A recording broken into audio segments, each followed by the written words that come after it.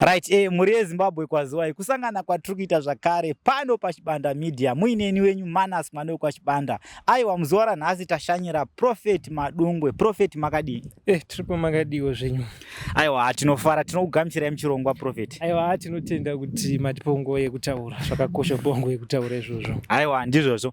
Prophet, for the past few days pane nyaya iri kutrenda yechiprofita chakapihwa naJava achitaura iye kuti mukomana Chamisa padhuze kufa. So tati imimi sezvo munogara muchiti munoenda kudenga muchimboita mameeting naMwari. So tati tida kuti tinzwewo zvizere kubva kwamuri kuti nyaya iyi yakamira sei.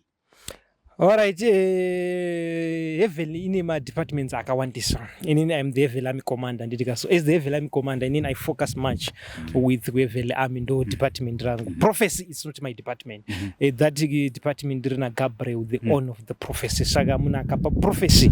Inini andina right kunyanya kupinda kuti zvazoti because it's not a bed too. And it's not my department kuti ndibina clarify kuti kune nyaya yakadaro but ndokwanisa kubatsira vana veZimbabwe kuti vajaje chinonzi prophecy tichishandisa the Bible. Anditi kana yakanzi mumazuva mashoma ari kudarika haidi judgment, haidi kana kuisa patable kana the measuring line. Anditi tinongoipa mazuva mashoma because mazuva mashoma it's not more than because kana yakanzi mazuva mashoma but it's less than 30 days. Anditi gora kuti dzikawana 30 days dai yakanzi 1 month kana yanzi mazuva mashoma kuri kuti makanzwa ndizvo here chaizvo pakanzi mazuva mashoma pa that prophecy because sometimes vanhu munongonotora nyaya zvisizvo.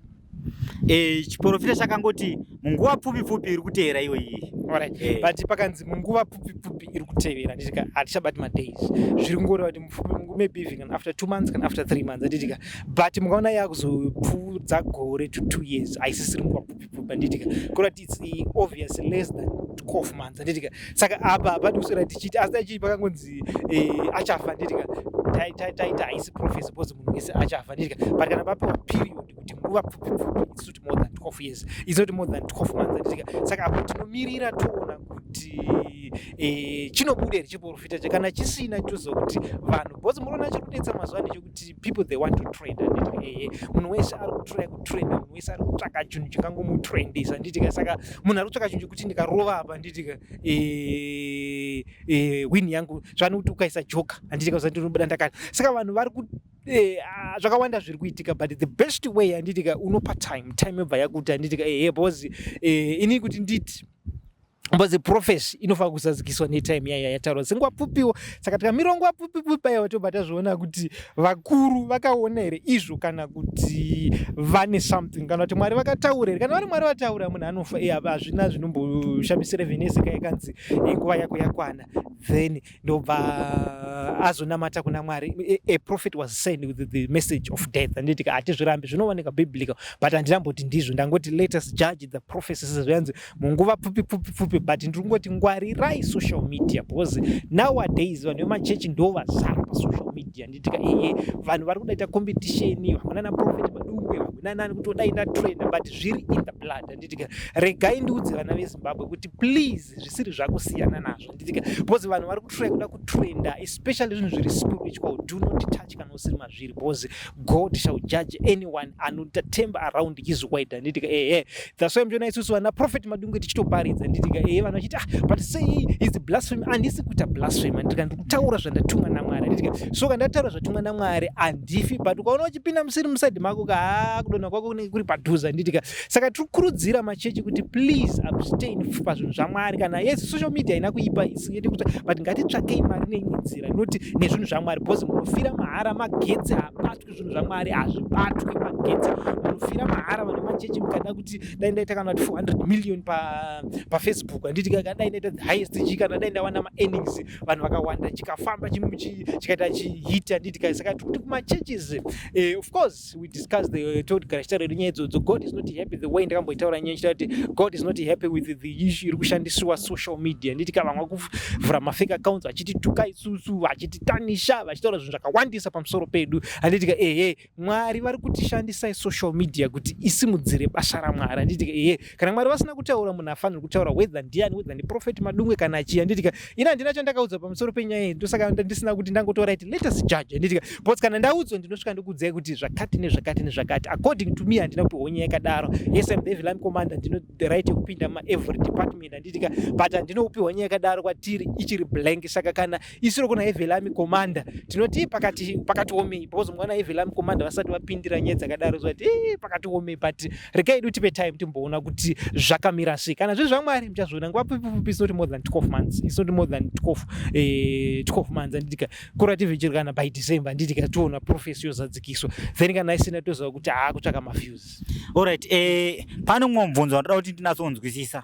One day repano panyika rakafanana here ne one day rekudenga?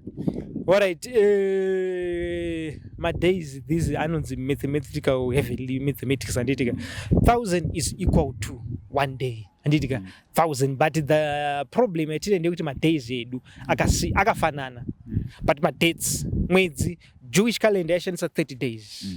Now isusu tava ne 31, pane imwe inopera na 28 maleap year handitika, ndo patinozonorasana, but maseason asiyana. Mbotasva kuti vechivanhu vaiti panogara mwedzi handitika ndo panotanga mwedzi handitika, ndo zvinotaura according to heaven chete kuti tatanga new season, tatanga day handitika, kuti day parotanga, even ndimakaisa 12 o'clock handitika, because night inofa kutanga by 6 pangotanga night handitika, 6 ndo patanga night kusvika na 6 ndo usiku according to heaven.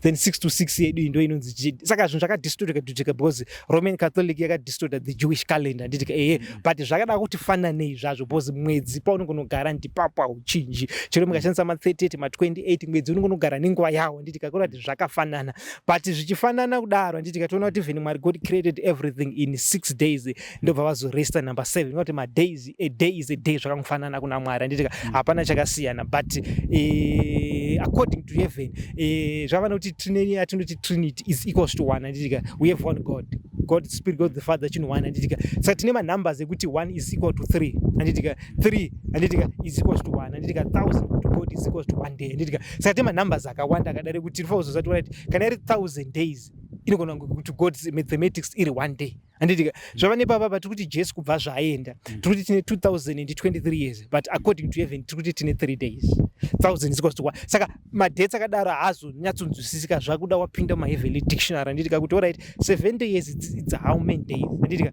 Tsogona kuti pa 70 dzakati vana exilic dzana Daniel Babylon yonzi kana kuti it was 3 days handitika, kana kuti saka madates anonetsa kunyatsonzwisisa handitika, kuti zvakamira sei zvikazodai even tasai panozvarwa Mwari vanoti munhu akasvika pa 9 months vanoti 30 days before and 30 days after, because havana madates even the same chuna vanonyora vachitaura kuti munhu unozvara musi wakati handitika, but hazvikona kurasana because madates ndeaMwari handitika. So madates they are very tricky handitika, anonetsa, but kana wapinda maheavenly calendars unokwanisa kuudzawo mathematics dzacho kuti zvakamira sei, but pane manamwe manamba ekuti ndechinzwani is equal to this figure is equal to what handitika. Zvavano pane inonzi times handitika, pana chinzi matimes matime kuti ndovanwanza kushandiswa in heaven handitika, kuti time handitika, half a time zvingorova gore handitika, muri kuona time imunoti time handitika, but according to heaven yavanoti time handitika, ukanadza kunzi times uri kuti makore akawanda later handitika. Daniel anonzi 4 times handitika pakurwa makore